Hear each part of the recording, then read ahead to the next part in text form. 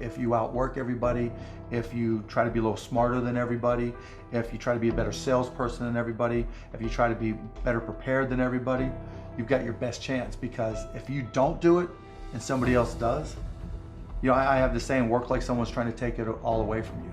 I actually work like someone's spending 24 hours, working 24 hours to take it all away from you.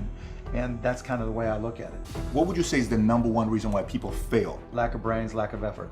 Lack of brains, lack of effort. Yeah, they don't do the work. They don't learn, when you walk in the room, when you start a business and you start to talk about somebody, you're never in a vacuum with no competition, unless you're just extremely lucky. And if there's going to be competition, that means somebody else knows your business as well as you do when you get started.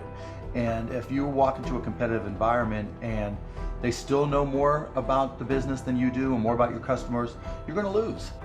But most people don't consider that. They don't do the work. They don't learn more about their industry. They don't know even about their business. And so you've got to put in the effort to know more about your industry than anybody else. And that's the brains part, and that's the effort part as well. Because look, if you're competing with me, you better know what you're doing, otherwise I'm gonna kick your ass, and you're not gonna outwork me. And so, the combination is usually what kills businesses early on more than anything. You could, within a 5-10 minute interview, say, this dude's not gonna make it as an entrepreneur. Yeah, I can typically tell, right? I can tell by their passion, I can tell by their focus, I can tell by their preparation. There's a whole realm of things in any business. Here's the business you're in, and here's 1,000 things that influence whether or not you're going to be successful.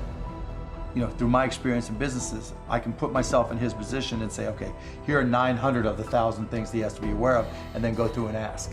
And by how many of those or her issues they've been able to address already, that kind of gives me a sense of how hard they're willing to work. And I can tell by the questions they ask me. So all I have to do is say, okay, what do you want to know? And when they start saying, what should I do? They ask you. Yeah, and that's fine, right? And I want them to ask questions, but people like to say, the only stupid questions are the ones you don't ask, and that's not right? Because the questions you ask tell whoever more about you than anything else you do. Because in particular, it tells me about your preparation.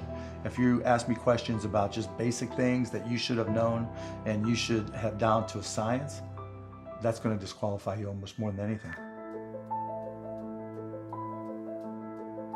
If you're not always learning, to this minute, if I'm not continuously learning, if I'm not just absorbing as much as I can absorb, someone else is going to kick my ass, right? So you talk about paranoia.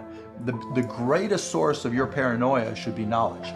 If someone else knows more than you do, and if you're not learning, if you don't know how to learn, if you don't have a thirst for learning and acquiring information, you're SOL. Do you think there needs to be a healthy level of paranoia? Oh, absolutely. There needs to be. Oh yeah, I mean, I always say, for every one of my businesses, I say, what would I do to kick my own ass? Right? So whatever business you have, there's somebody trying to put you out of business. There's somebody trying to take a bite out of your business, and it's better for you to figure out how they're going to do it rather than they do it. And so yeah, that's being paranoid. And so you have to be paranoid. You have to anticipate other people's next moves, and you can't ever, downplay the competition. I was at a business plan competition this morning at a college, and they were kind of being dismissive of the competition, and so you can't ever do that. They're out there trying to take you down, and they're not just going to sit still. And if you're good, really, really good, you're going to inspire them to work even harder, faster, better.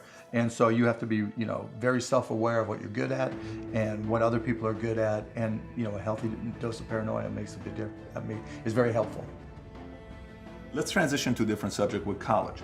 You went to IU, right? Now you got a lot of people that say, forget about school, drop out of school. They're idiots. So you think they're idiots? Tell me why.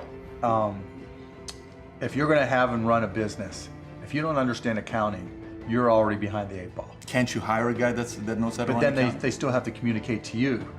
Your accountant might tell you you're profitable, but your cash is going down. Not understanding a breakdown. And when you don't, do you think you need college to learn that? Yeah, I think you do, right? Because it may not, for some people, look, if you're so self-motivated that you can take an online course in accounting and teach yourself everything, you're way ahead of the game anyways. But most people aren't. I don't care if you go to a community college and take accounting and spend $99 for the class. Just, spending the money forces you to be more obligated to do it. But accounting, finance, lesser extent marketing, sales if the school offers that. These are all that's the language of business. And so while it's possible to teach yourself these things, and while it's possible to hire them, when you're starting your own company, you don't want to have to spend money hiring an accountant. Well, let me tell you that if you've gone through all these classes, you probably don't have to hire a lawyer to incorporate, right? You can probably figure out yourself. And so your cost of opening up a business drops, but even more important than all that, that's the blocking and tackling, that's the language of business. You know, the thing I learned at Indiana that was more important than anything else, I learned how to learn. And learning became far more important to me because the one certainty in business is that it's always going to be changing. How does one entrepreneur increase the speed in areas that they can increase? There's certain things you can't control. Speed in what way? Speed of growing your business. All right. So how fast can I grow it? Yeah, I mean, it just depends. You've got to know your own skill set, right? And you've got to know how that fits within your company's life cycle. You know, some companies are slow grind, and you just have to understand that, and you've just got to bide your time until it starts to click, and then grow with it quickly. You know, if you're trying to release a product that needs to be ubiquitous, you've got to go as fast as you can, and then, you know, release a product, yeah, like a launch. Yeah, and you know, there's a lot of people who will say, you know, perfection is the enemy of profitability, right? And that doesn't mean you have to wait till it's a perfect product. It really just depends on what the product is. It, you know, a barbershop, right? Is it an app? Is it a service? Is it a product? But you know, the key is looking for the low-hanging fruit. What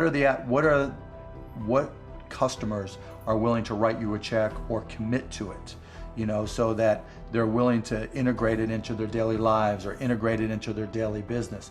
And so getting a commitment either through time or revenue is typically what I look for. And so if I can get a commitment, then I'm going to be able to learn. I'm going to see how they use it. Do they sustain usage?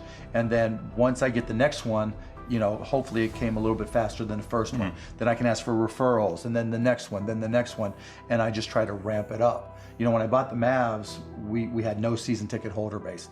And so literally it was a matter of just putting a list of former season ticket holders in a white pages back then, you know, on my desk next to my phone and making phone calls. You? Yeah, me. Yeah, because if I'm not going to do it, how can I expect someone else to do it, right? So just get on the phone. Hey, this is Mark Cuban. I'm the new owner of the Dallas Mavericks. You know, I'd like to invite you back for again. It's not though. This is my business. But you can't get regular sales guys or something to make those calls once they get to a quarter. You're a guy that's a billionaire. You're making those calls. But that's all, you know, and that's fine and good, right? Because everybody's got their own goals, right? But still, I don't want anybody at the Mavs to be able to say, well, he's not willing to do the work, right? There's, you know, if I walk around, I'm picking up all the papers. I'm not saying go get that picked up. I'm like, okay, that's trash. I'm picking it up. But in terms of speed of growth, it's really, you got to get that first customer first. And then when you get that first, what did you learn? Reiterate, get that next customer. And then hopefully, as you learn more and more through the process, then the next one comes by even faster.